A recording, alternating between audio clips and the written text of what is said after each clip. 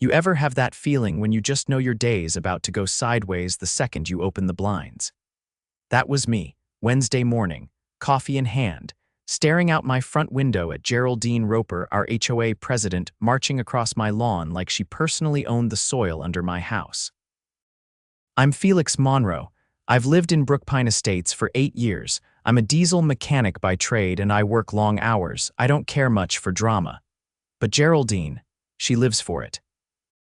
Imagine a woman who looks like she'd yell at a grocery store clerk for bagging eggs wrong, then give herself an award for doing it. That's Geraldine. And she's been gunning for me ever since I refused to sign her stupid petition to ban pickup trucks from visible driveways. She didn't even knock. Just stood right there in my flower bed, arms crossed, face twisted. "Felix, your grass is a 1/4 inch over regulation height," she snapped as I opened the door. Section B, Article 4 of the HOA Code. "This is your 3rd violation." "That's soil," I said, pointing to where my mower left a clean edge. "You're standing on it so you'd know if you looked down." "You think this is funny?" she barked. I shrugged. "I think it's early." She pulled out her little HOA-issued clipboard like she was writing a parking ticket. "I'm issuing a formal citation and a $50 fine, and you'll trim it today." I laughed and shut the door. Now here's the thing: Geraldine didn't like being ignored. Later that afternoon, I was in the garage replacing brake pads when I heard shouting outside. I walk out and find Geraldine arguing with my neighbor across the street, Old Man Harris. He's a retired firefighter who always kept to himself, but even he looked fed up. "She said I had to remove my flagpole," Harris told me, throwing his hands up. I told her she could remove herself from my property. Geraldine turned to me like a wasp that spotted fresh skin. "You're next, Felix. That unauthorized shed behind your house, it's not listed in your property file." "You'll be fined, again." "That shed was there before I bought the place," I said. "It's grandfathered in, you know that." "It's not on the updated survey," she said triumphantly, "and I'm updating the records." I stood there, jaw clenched. I knew exactly what she was trying to do: harass me into backing down, but I wasn't about to let her win. Then things got worse. That evening around 6, I was inside pouring a drink when I heard glass shatter. I ran to the living room and saw the source: my front window, busted clean through. A brick lay on the floor, surrounded by shards. I bolted outside, and who do I see? Geraldine Roper standing by her golf cart with a smug look, arms folded. My security camera just above the porch had a clear view of her throwing the brick. "You lost your mind," I shouted. "You're harboring unauthorized modifications. You're a threat to the aesthetic of the community," she screamed back. "That gives you the right to vandalize my house." "No one saw anything," she said with a cold smile. "Maybe it was a random act." I pointed straight at the camera. "That's where you're wrong." Her face turned pale. I didn't even wait. I walked inside, called the police, and had the footage ready before they even knocked. 2 officers showed up, reviewed the footage, and arrested her right there on my lawn. She tried to argue, claimed the camera was illegal. One officer just shook his head. "Ma'am, you're being charged with property damage and trespassing. You have the right to remain silent." As they loaded her into the squad car, Geraldine shrieked, "You'll regret this, Felix." "I am the HOA." I just leaned against my porch post and said, "Not for long." The next morning, I was at the hardware store before the sun got up, picking out replacement glass and caulk sealant. My front window was still boarded with plywood, the brick sitting on the mantel like a trophy. I hadn't slept much. Between the flashing red lights, the police report, and watching Geraldine get driven off in handcuffs, the whole night felt surreal. At checkout, I ran into Carol from 2 blocks over. She was one of the quieter residents' nurse at the county hospital. 2 kids, never made waves. She glanced at my cart, then at me. "Is that for the window?" I nodded. "Everyone in the neighborhood's talking," she said, voice low. "She's finally lost it, huh?" She threw a brick through my front window. "I've got it all on camera." "I believe you. She tried to find me last year because my daughter's bike was on the porch, said it was visual clutter." She exhaled sharply. "I didn't report it." "Wish I had." I paid and headed home, but her words stuck. How many people had just put up with her? How many had let it slide? By noon, the police had already filed charges. When I called the precinct to check on the report, The officer on duty told me Geraldine had made bail and been released that morning. Apparently, she'd claimed she was temporarily emotionally compromised and was now seeking counseling. That didn't sound like remorse, it sounded like strategy. I spent the afternoon replacing the window pane. I didn't want to, but I needed the front of my house sealed before another storm rolled in. As I was finishing the last bead of caulk, a silver Lexus crawled down the street and stopped in front of my house. Geraldine stepped out, holding a manila envelope like it was a court summons. I stayed perched on the ladder, arms folded. "You're trespassing," I said. She looked up, her tone flat. "I'm here in my capacity as HOA president. This is official communication." She held out the envelope, waiting. I didn't move. "You can leave it on the sidewalk," I said. She dropped it like it was radioactive and backed away. "You're going to regret making this personal. You've embarrassed the HOA." "I didn't throw a brick," I said, climbing down. "You did." She didn't respond. Just got back in her car and drove off. Inside the envelope was a letter typed on HOA letterhead accusing me of violating several obscure clauses in the community charter. Improper storage of tools, unsanctioned modifications to the porch, failure to submit landscaping plans for approval. It was legalistic nonsense, clearly fished from the bottom of the rulebook, but one line stood out. All violations must be resolved within 72 hours or be subject to cumulative daily fines. Cumulative. That was new, and nowhere in the original charter. I checked the file I'd kept since moving in, scanned it page by page. No clause about daily fines, no mention of unsanctioned modifications requiring approval for routine maintenance. She'd added these herself. That's when I called my cousin Rhonda. She's a real estate attorney in the next county over. I sent her a copy of the letter and the HOA charter. 2 hours later, she called back. "She forged these," Rhonda said. "You're sure?" "The original charter is a matter of public record. I pulled it from the county clerk's office. What she sent you isn't just edited, it's fabricated, and if she submitted these to anyone else, she's in serious legal trouble." I felt something shift inside me, a fuse catching fire. Is that enough to get the HOA investigated? More than enough. "I'm drafting a complaint for the state HOA Oversight Board, but you might want to talk to your neighbors. If she's been issuing false fines, that's criminal fraud." That night, I went door to door. I started with Harris, then Carol, then the Nguyen family 3 houses down. Every single one of them had a story. Harris got fined for a wind chime. Carol had to pay $100 for unauthorized Halloween decorations. The Nguyens were told their mailbox color violated community tone, something that wasn't even in the written code. None of these violations were in the official charter. All of them had come with threats of escalating fines. By the end of the night, I had 13 signed statements and photocopies of similar letters, each one on the same doctored letterhead. Rhonda filed the complaint the next morning.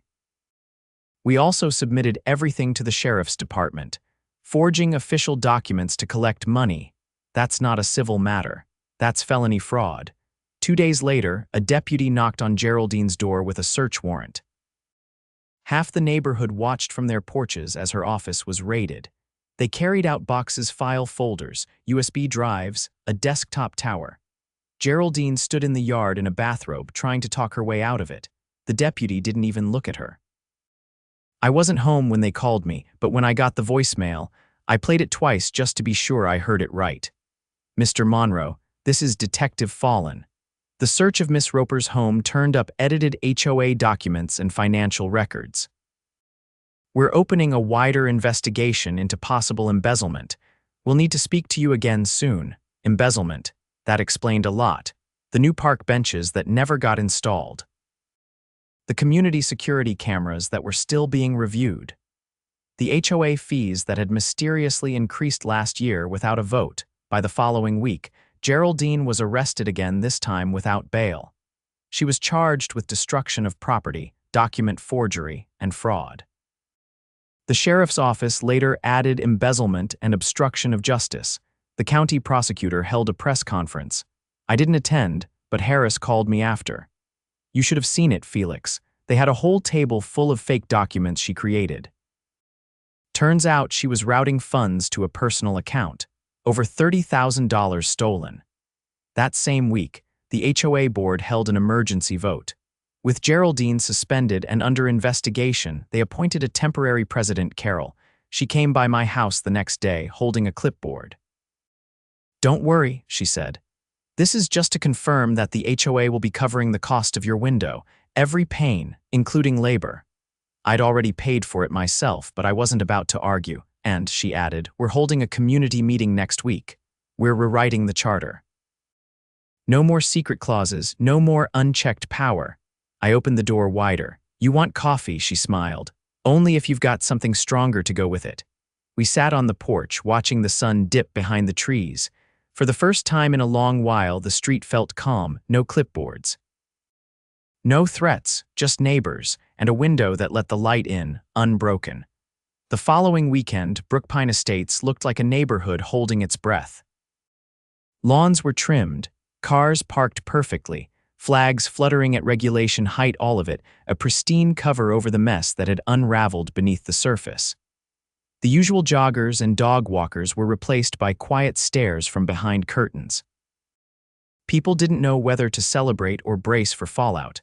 I was in my backyard, replacing a warped fence post, when I heard a voice call out from the side gate. "You Felix." I looked up. A man in a beige button-down and dark slacks leaned in just enough to be seen, not a neighbor. Clipboard in hand, badge on his belt. He stepped closer and offered a card. "Elliot Vance, Assistant District Attorney. Mind if I ask you a few questions?" I waved him in. "You're here about Roper, among other things," he said. "Her arraignment's been moved up. We're preparing a pre-trial brief." "But there's more going on than we initially thought." I set down my hammer. "What more?" She wasn't just fabricating violations to collect fines. She was laundering HOA funds through a nonprofit she claimed was for community beautification. I blinked. "Come again," he nodded. She created a shell organization, then approved payments from the HOA account for community improvement grants. Only the projects never happened. The accounts trace back to a post office box in her name. We found the paperwork during the search. How much? Just shy of $80,000. Over 4 years. I leaned against the fence, and no one on the board caught it. They never saw the real ledgers. She kept 2 sets of books, one for the board and one for herself. The weight of it settled in. This wasn't just about a broken window anymore. Elliot flipped a page on his clipboard. "We're also bringing charges for falsifying community bylaws. That's a felony under state statute." She submitted altered documents to the county registrar's office last year. "We've confirmed the timestamp. That alone carries up to 10 years. I whistled low. She always acted like a petty tyrant, but this. "She's retained an attorney," he said. "But we've got statements from over a dozen residents. Your affidavit was especially helpful, considering you captured her on camera." The footage was crystal clear. I pointed to the security light above the shed. "I swapped out the lens last fall. Gets everything from the corner of the house to the mailbox across the street." Elliot glanced over his shoulder. "Mind if I take a look inside the shed?" "We're verifying structure dates for the property report." I unlocked the door and stepped aside. Inside was every tool I'd ever owned, plus a shelf of old cardboard boxes and a crate of rusted license plates from my first job upstate. "Original foundations still intact," he said, tapping the base with his pen. "That settles the claim about it being an unpermitted structure." "Wasn't even worth debating," I said.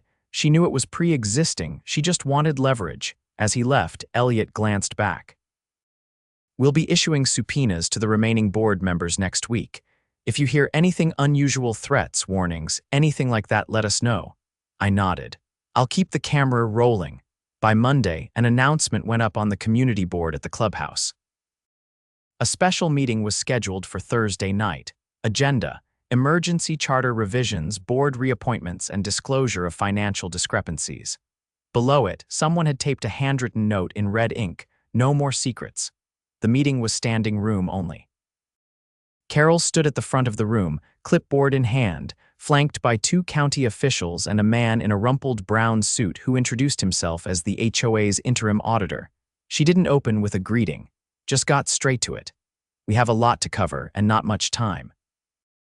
First, We've confirmed that former President Geraldine Roper altered legal documents without board approval. These altered bylaws were used to justify unauthorized fines with forged signatures on file. Gasps rippled through the crowd.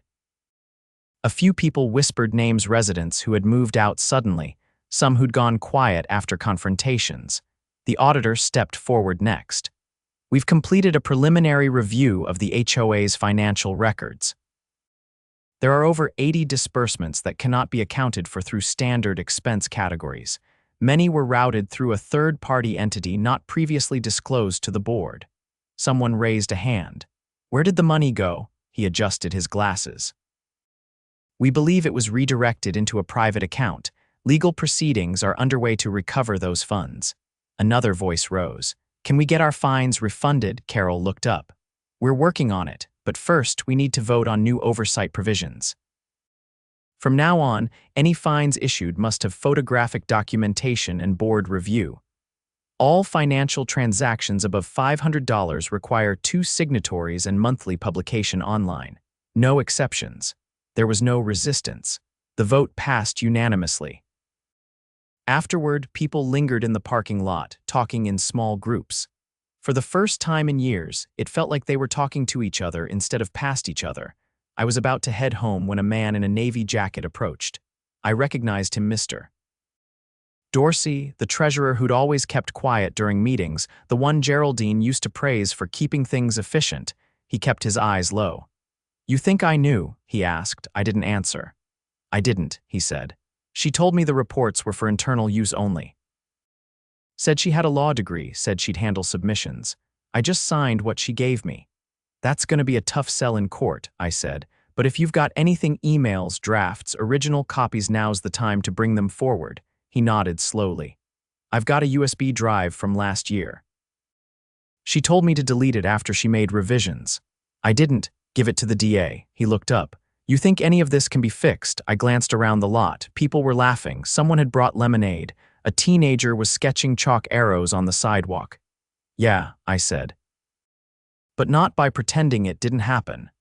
The next day, the county sent a forensic accountant to begin reconstructing the HOA's financial history. I let them use my dining table as a workspace. They brought a scanner that looked like it belonged in a spy movie and spent 3 hours going through the files Rhonda had helped me collect. That afternoon, I got a call from a reporter at the local paper. We're doing a piece on HOA corruption across the county, she said. Yours is the biggest case we've seen so far. Would you be willing to go on record? I hesitated. Why me? You're the one who caught her. I agreed, but on one condition. The story had to include the reforms being made, not just the scandal. If people were going to read about our neighborhood, I wanted them to see the part where we pushed back. The article ran the next Monday. Headline: From fines to felonies, a neighborhood takes back control. It had photos of the community meeting, a quote from Carol about transparency, and a sidebar about how to request an audit of your own HOA. 3 days later, the county announced a task force to investigate mismanagement in other associations. Meanwhile, Geraldine's trial was scheduled for early fall. Word was, her attorney was pushing for a plea deal in exchange for restitution and a reduced sentence. The DA wasn't budging. I never saw her again after the second arrest, but I didn't care to. Her house sold within 2 weeks, cash buyer, no inspection. The new owners painted the shutters seafoam green and planted sunflowers along the driveway. No one complained. A month after the dust settled, Harris threw a block party. First one in years. Tables lined the cul-de-sac, kids rode scooters, and someone set up a grill that looked like it belonged in a professional kitchen. Carol brought a stack of blank community suggestion forms and set them beside the lemonade. No more secret ballots, she said. If something's broken, say so. I brought out a folding chair and sat beside Harris, who handed me a burger and nodded toward the street. You did all right, kid, I shook my head. We all did, he raised his can. To broken windows, I raised mine, and fixing what's behind them. The laughter that followed wasn't nervous or bitter, just real, just earned. The first real storm of the season rolled in 3 weeks later, catching the neighborhood off guard. Wind snapped through the trees like a tantrum, and rain poured hard enough to rattle the gutters. I stood by my newly repaired window, watching water bead and roll down the glass, each droplet a reminder that this time no bricks were flying through. After everything that happened, the neighborhood had started breathing again. The panic, the whispering gone, but the work wasn't over. On Tuesday morning, I got a call from Rhonda. She sounded sharper than usual. "Felix, you might want to sit down." "I'm standing in a puddle of transmission fluid, Ron. I'm already having a day." "Well, brace yourself." The county prosecutor's office just filed additional charges against Geraldine. They're calling it systematic wire fraud. She was using HOA funds to pay a private investigator. I nearly dropped the socket wrench. A what? Yup. She paid someone to dig up dirt on residents who challenged her authority. Financials, old court records, even one guy's divorce proceedings from 15 years ago. All paid with community funds. You're telling me she was blackmailing people? They haven't said that word officially. But when you pay someone to collect leverage on homeowners, and then those homeowners suddenly stop challenging fines or complaints, it walks and quacks like a duck. I stared at the open engine bay in front of me, suddenly feeling like I was looking at the wrong machine. How long was this going on? 4 years, maybe longer. They only found out because the guy she hired finally came forward. Apparently she stopped paying him. I shook my head. Of course she did. Later that day, I stepped into the community center for a scheduled audit review. The place had been rearranged, no more podiums or reserved seating, just folding chairs in a circle. Carol sat at the far end, reviewing a binder thick enough to double as a doorstop. "You heard the latest?" I asked, pulling up a chair. She didn't look up. "You mean the part where she tried to weaponize people's pasts against them?" "Yeah, I got a visit from a detective this morning. They think there's a second storage unit with files. Hard copies. Apparently she didn't trust digital backups, old habits." "The county's getting a warrant." A man I didn't recognize stepped in bald, with a quiet posture and a badge clipped to his belt. He introduced himself as Agent Lyle from the State Attorney General's office. That got everyone's attention. "We're taking over the investigation," he said plainly. "County jurisdiction ends here. This is now a state-level fraud case." No one said a word. He continued, "We've found evidence that HOA funds were used to purchase surveillance equipment and contractor services under fake business names. She created invoices for non-existent repairs. Over $100,000 total, across 5 years. One of the newer board members leaned forward. "Will that affect our ability to access the remaining funds?" Agent Lyle nodded. "Some accounts are frozen while we trace transactions. But we'll be working with your auditor to release legitimate funds for urgent needs. Anything else will need court approval." Carol rubbed her forehead. "How long until trial?" "State grand jury convenes next month. Given the volume of evidence, we expect a full trial by early spring." "She's facing over 20 years. The room was silent. Then someone muttered, "She'll never make it past sentencing." No one corrected him. After the meeting, I walked home in a quiet fog, the weight of it all settling in. I remembered how this started: a patch of grass, a busted window, a brick. Now we were talking about surveillance, blackmail, 6-figure fraud. It was almost too big to comprehend. But justice, it seemed, wasn't done yet. That weekend, I was installing motion sensor lights above the side gate when a gray sedan pulled up near the curb. The man who stepped out was thin and older, his shirt too formal for the neighborhood. He walked up with a polite nod and extended a letter-sized envelope. "You're Felix Monroe. Depends who's asking. Name's Marvin Kell." "I'm Geraldine Roper's court-appointed attorney." I dropped the screwdriver into a bucket and crossed my arms. "She send you here?" "No, I'm here on my own. She's refusing to cooperate." "But I thought you'd want to see this." He handed over the envelope and turned to walk back to his car without another word. No sales pitch, no defense, just silence. Inside were 3 pages. The first was a copy of a bank statement showing a series of transfers from the HOA account to a company called Bright Meadow Services. The second page showed Bright Meadows Incorporation filing Geraldine was the sole officer.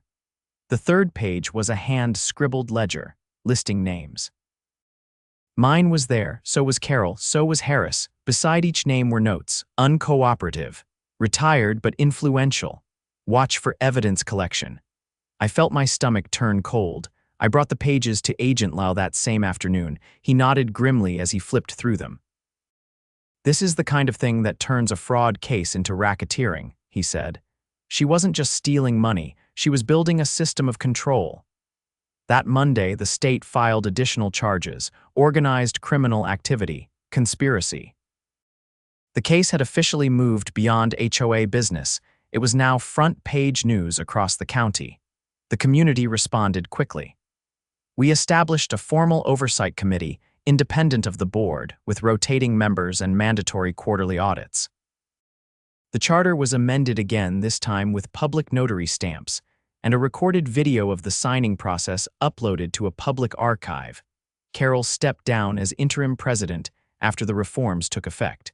She said she never wanted the job in the first place. She just wanted the neighborhood back. At her last meeting, she handed over a sealed envelope to the new board president, a quiet, no-nonsense woman named Mrs. Patel who worked in municipal planning and had zero tolerance for red tape or drama. "This," Carol said, "is the last of the old keys. The filing cabinet in the clubhouse. Everything else is digital now." Mrs. Patel opened it slowly. Inside was a single brass key and a folded note. On the note were 3 words written in block letters: "No more secrets." Weeks later, the storage unit was unlocked. Inside were cardboard boxes stacked 6 feet high, labeled with years and initials. The files detailed fabricated citations, false complaints, and even records of anonymous calls Geraldine had made to code enforcement complaints she then used to justify HOA fines. It was all there. Every manipulation, every lie. The evidence was overwhelming. When the trial finally began, the courtroom was packed. Geraldine arrived in a muted gray suit, her hair pulled back, no makeup. Her face was unreadable, but her eyes darted constantly. The prosecution laid out the timeline. The shell companies, the forged signatures, the surveillance, the brick. They showed still frames from my security footage. The courtroom watched the moment her arm went back, the brick in hand, and then the glass shattered. Her defense tried to argue diminished capacity, citing stress and community pressure. The jury didn't buy it. She was found guilty on all counts. Sentencing came a week later. The judge read off each charge like hammer strikes: fraud, racketeering, evidence tampering, criminal mischief. The final sentence: 23 years, eligible for parole after 12. She didn't react, just stared at the floor. As we stepped outside, Harris patted my shoulder. "You know, I figured she'd get a slap on the wrist, but this..." "She crossed too many lines," I said. "Eventually the ground gives out," he nodded. "Well, here's to clean slates." Brookpine Estates changed after that, not overnight, but steadily. Fines became rare and always justified. Meetings became shorter, more focused. Neighbors started looking out for one another instead of over their shoulders. As for me, I replaced every single pane in that front window, even the ones that hadn't broken. Not because I had to, because I wanted no trace left of what she'd done. That window now looked out onto a street that finally felt like home again. And every time the wind picked up and the glass held firm, I knew we'd built something stronger than what she tried to tear down.